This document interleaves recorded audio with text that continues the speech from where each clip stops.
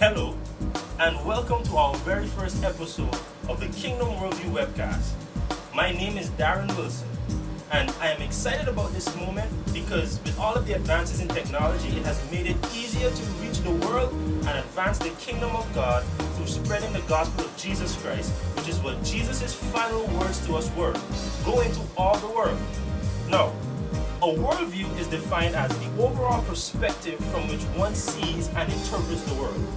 This means that every individual, from young to old, has a particular perspective by which they view and interpret the world.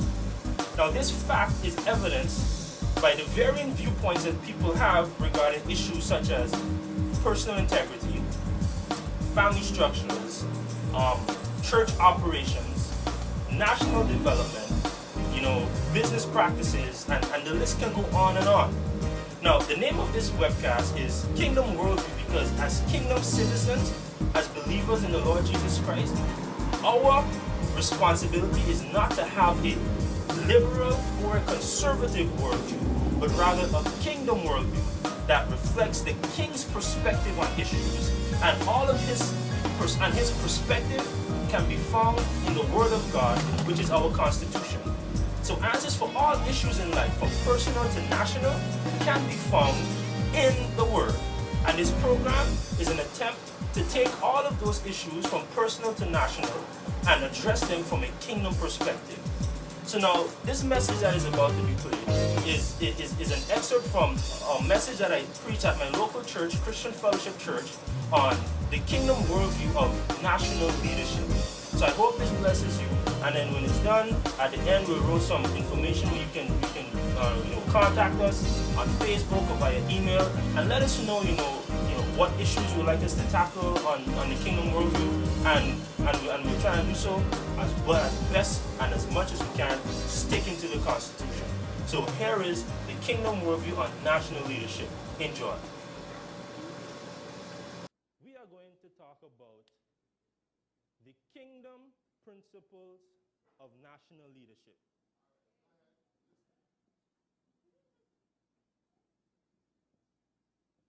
Principles of national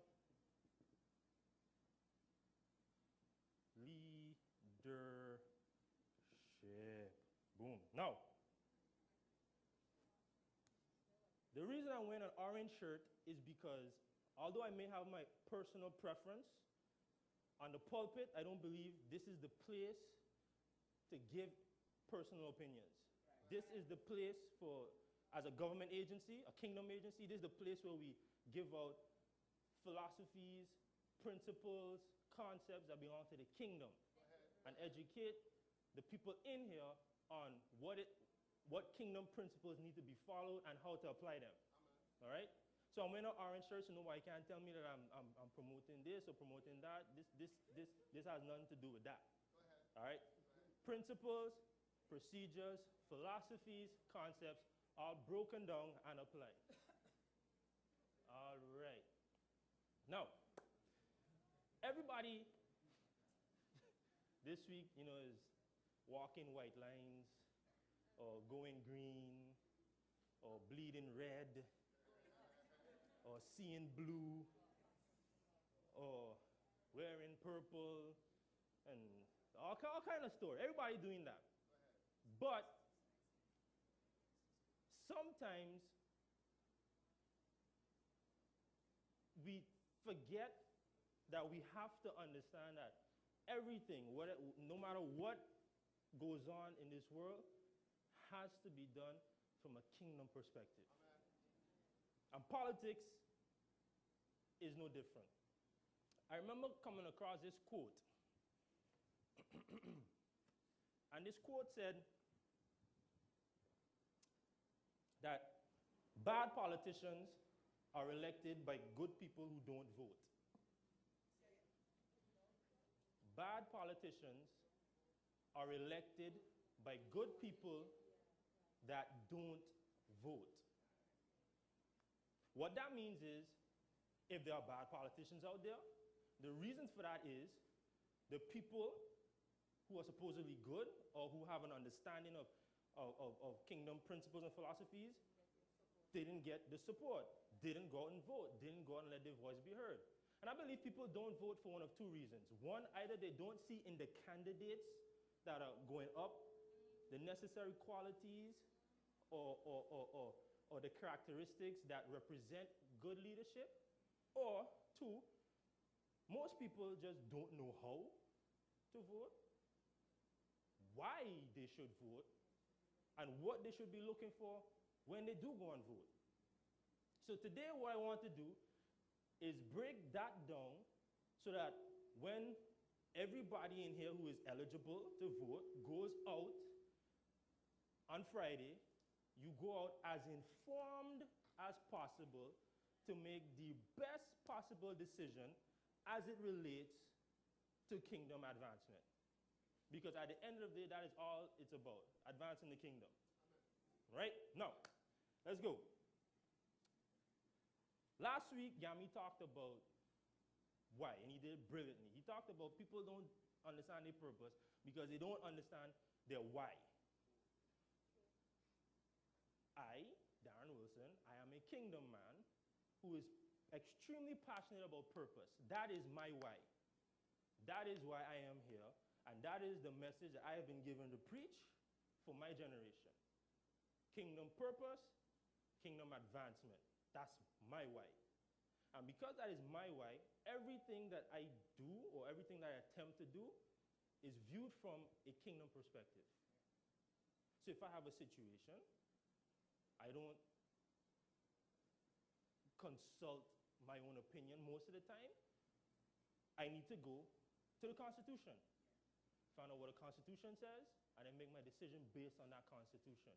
So whether it is personal, family, church, or on a national level, every problem can be solved within the context of the Constitution. That we need to get straightened out first. Because we say God rules it all, and if he rules it all, that means he has an idea on how things should be run. So if he has an idea how things should be run, everything that needs to be run properly is in the Constitution. So we need to refer to that as often as possible to make our best possible decision. Now, government-related activities are no different. The Bible is riddled with examples of governments and political structures. We are kings. God was always putting up a king, throwing down a king, reforming a king.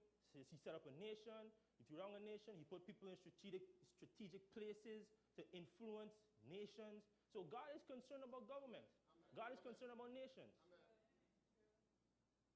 And as believers, we need to get that straight as well. God is concerned about nations. Now, before we talk about that, we have to understand two things. What is government? And if you're taking notes, go right ahead.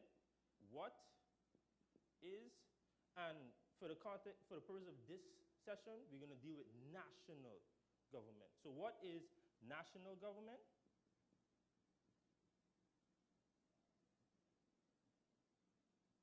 And the second question is, why does it exist?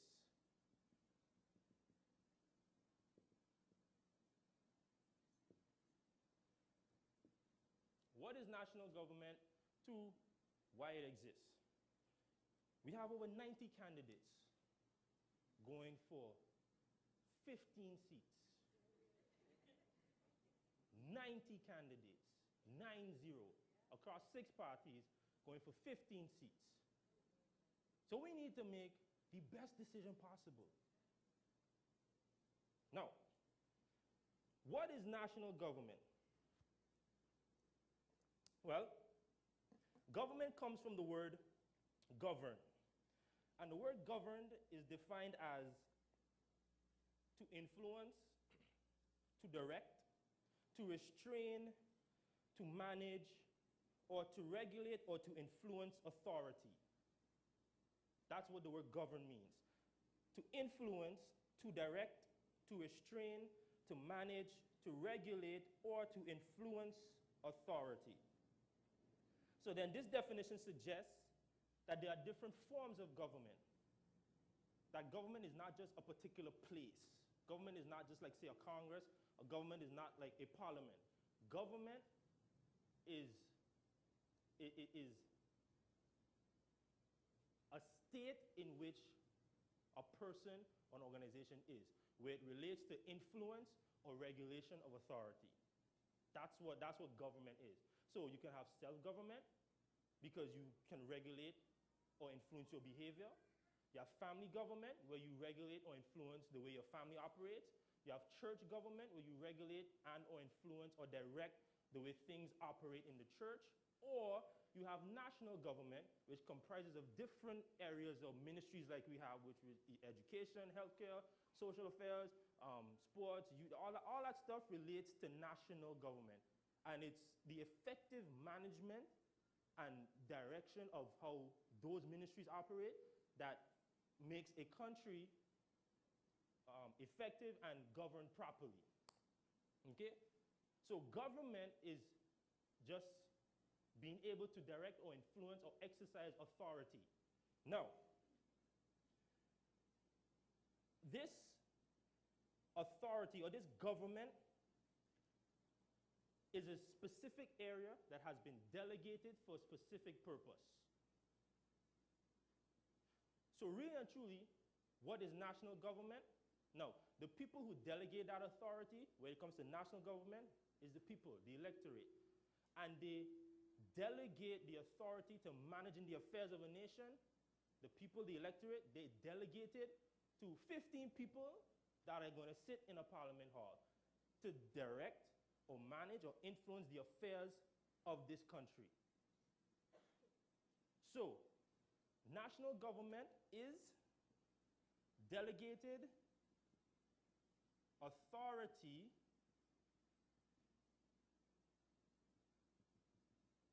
by the people.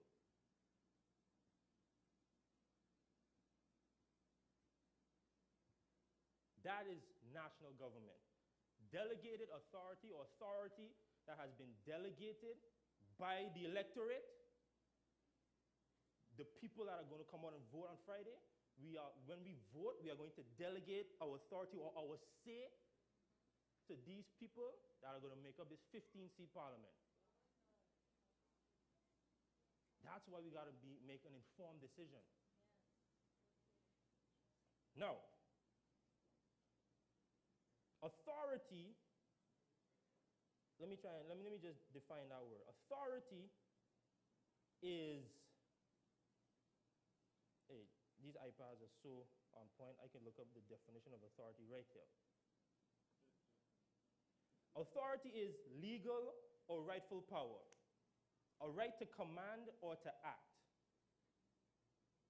The power or right to give orders or make decisions. That's what authority is. You are given the power to make decisions on your behalf to these people. Whether we like it or not, for believers and non-believers, people in government make decisions for us. Whether we want to believe that fact or not, these people make decisions for us. Now, why does government exist, or why does national government exist? In Romans 13, 1-7,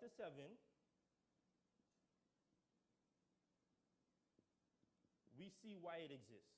Also in 1 Peter 2, 13 and 14,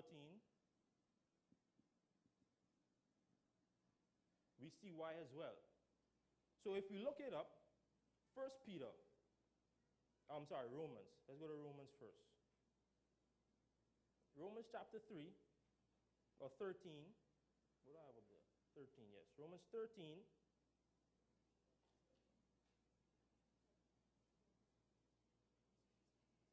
Romans 13, 1-7. When you have it, just say, me got it. All right. Me got it. Now it says, let everyone, starting at verse 1, I'm reading from the NIV. Let everyone be subject to the governing authorities. See that word there again, authority? The governing authority, meaning the authority that has been delegated. The governing authority. For there is no authority except that which has been established. That which God has established, I should say. So right here we've seen that government has been established by God. End of discussion.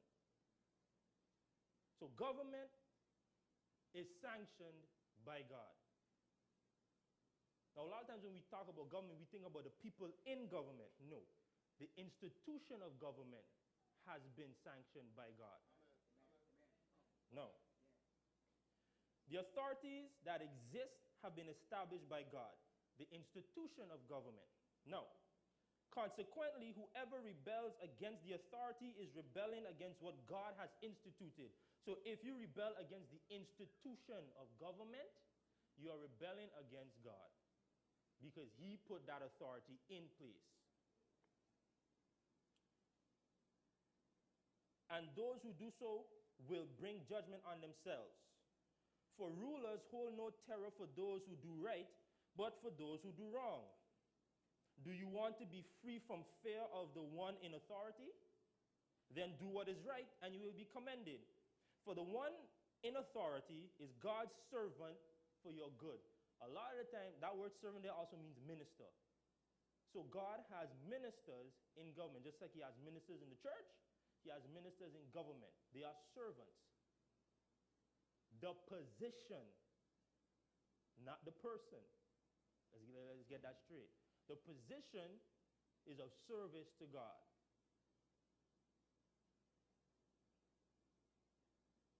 But if you do wrong, be afraid, for rulers do not bear the sword for no reason.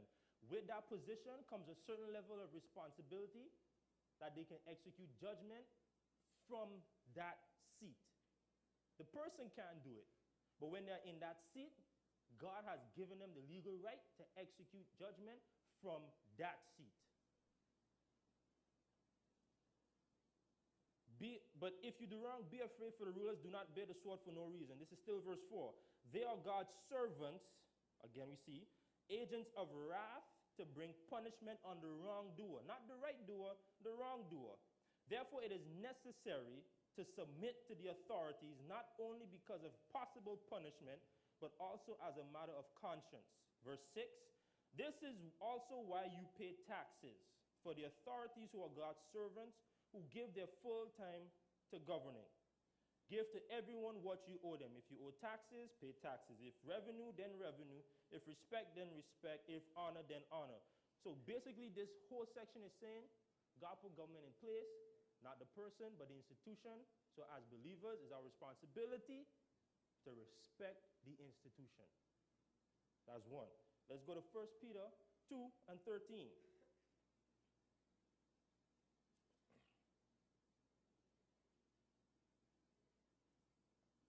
First Peter 2, 13 and 14. Reading from the NIV again. If you have it, say, me got it.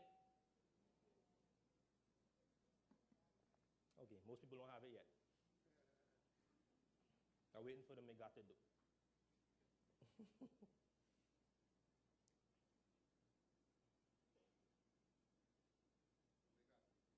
No, only one person? All right, we'll go ahead. It says, verse 13, submit yourselves for the Lord's sake to every human authority. See that word authority comes back again? Every human authority. Whether to the emperor as the supreme authority, notice the emperor, the position, because there was an emperor, the name of the emperor at this time was, if I'm not mistaken, Nero, but it says the position of emperor, the position of king. As supreme authority, verse 14, or to governors who are sent by him, the emperor, to punish those who do wrong and to commend those who do right. So in Romans and in 1 Peter, we saw that according to these verses, the sole purpose of government is protection of its citizens. Purpose,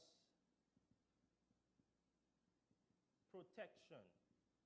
And protection branches off in two areas. One, we have social, and the second one is economic.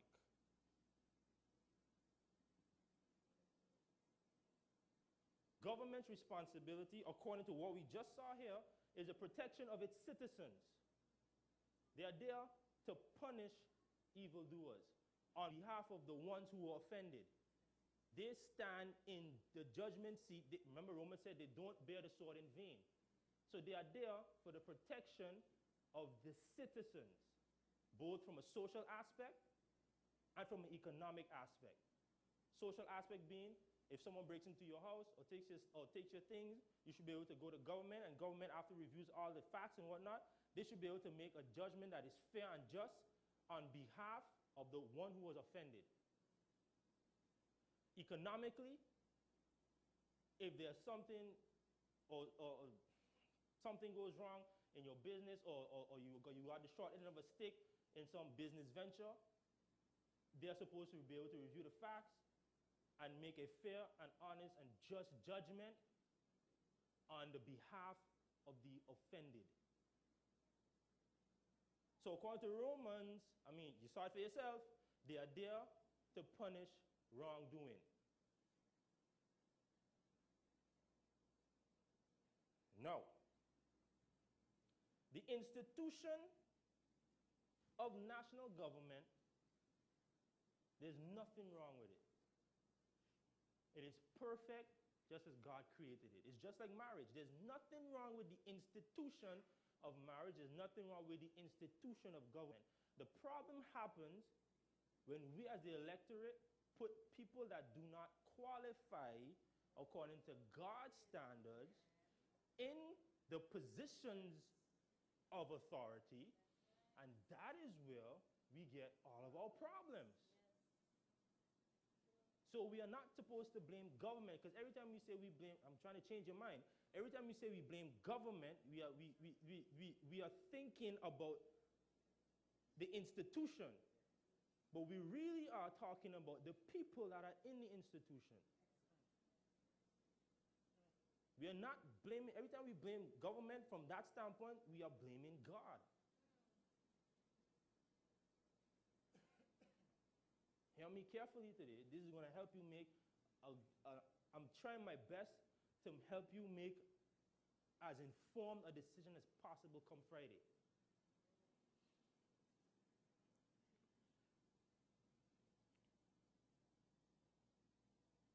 If we keep putting people that we know don't line up to the standards that God requires, because He created the institution, so He alone should know what qualities or what characteristics need to be in there. So if we don't follow that, we put ourselves in problems. And then we have nobody else to blame but us.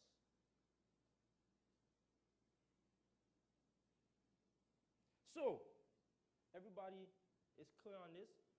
National government is delegated authority by the people. The people give the authority to the people in parliament to represent them, to make decisions for them. And why does national government exist? To protect the social and economic well-being of its citizenry. That is what government is all about. The institution of government. All right? Now, a lot of people always say, and you hear this a lot when you talk to people, "Oh, your politicians are all the same. My voting for none of you, all are the same." Okay, fine. Well, if all of them the same, then we need to find out what it is we need to be looking for in leaders, national leaders, that can help bring about a change. So what do we look for in national leaders. Now this, because like I said, this is just for this context, but this transcends all leaders. What do we look for in government leaders? What do we look for in national leaders? There we go. Now, engage. What are some things you look for in national leaders? Character. Next one. Only Jimmy got answers, man. Accountability, honesty. What else? Humility. What else? Transparency. What else? Integrity. That's a big one. Integrity. Competence. Nice.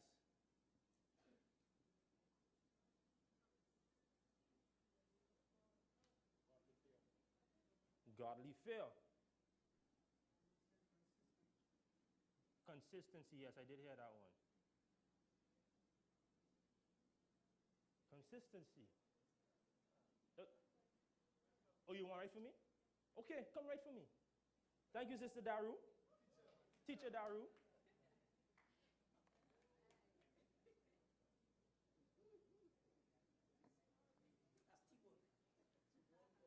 Thank you. All right. There you go. Okay. So we have character, accountability. Yeah. So we have character, accountability, honesty, humility, transparency, integrity, competency, consistency. Now, all of these are perfect. Excellent answers. And these are some of the things that we need to be seeing. Now let me add to that list.